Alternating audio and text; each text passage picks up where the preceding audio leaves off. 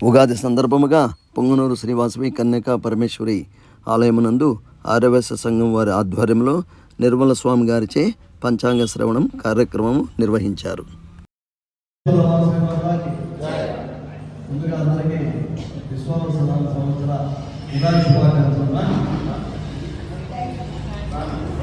ఈరోజు పంచాంగ శ్రవణం ఉంది. ఈ పంచాంగ శ్రవణం అనేది ఎందుకు ఉంటే విశేషమైన కార్యక్రమం కదా. సంవత్సరంలో నక్షత్ర ప్రకారము వాళ్ళ జాతక రీత్యా ఏమేమి జరుగుతూ ఉంది అని భవిష్యత్తు తెలుసుకునేదానికే పంచాంగ శ్రవణం అనేసి పెద్దలు కార్యక్రమాన్ని పెట్టారు. పరస్పరంగా మనము దీన్ని చేస్తూ వస్తున్నాము. దాంట్లో భాగంగానే ఈ ఉగాదికి మొదటి రోజు మన గుళ్ళో పంచాంగ శ్రవణం పెట్టాము. మన భవిష్యత్తు ఏ విధంగా ఉంటుంది, ఎందుకు ఈ పంచాంగం, ఉగాది అంటే ఏమి మొదలు ఎన్నో విషయాన్ని మన ఈరోజు పంచాంగ శ్రవణం కింద ఈ యొక్క ఉగాది అనేటువంటి ఎందుకు ఏర్పడింది అంటే 4 యుగాలు ఏర్పడినాయి. కలియుగం. ఈ కలియుగంలో చేస్తే ఇది ఉగాది కాదు, యుగాది యుగాదిగా ఉండడానికి పరివర్తనగా వచ్చి ఉగాదిగా మారిపోయింది.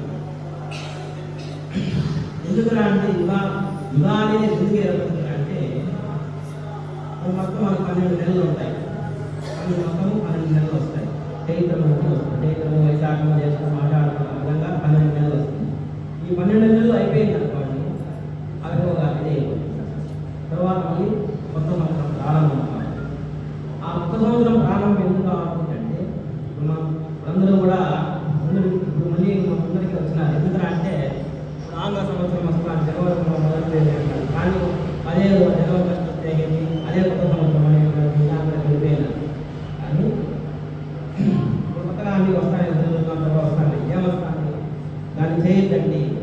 అవి అర్ధరాత్రిలో వచ్చేటువంటి ఆయన మంథాగిరి అనేటువంటి పేరు ఆయన కాబట్టి 14/1/2026 బుధవారం రాత్రి 9:11 ఆయన అనురాగ నక్షత్రంలో మకర రాశి పోతారన్నమాట.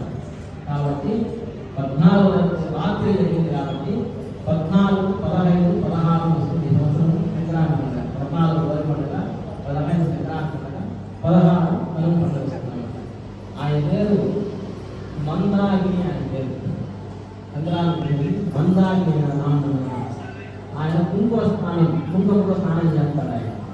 కాబట్టి అక్షరాలు ఏమక్షరం, శనగాక్షరం, శనగలు అక్షరంగా పెట్టుకుంటారు. శనగల వల్ల అధిక ధరగా ఉంటుంది. హరిత వస్త్ర దానం మంచిదే అది.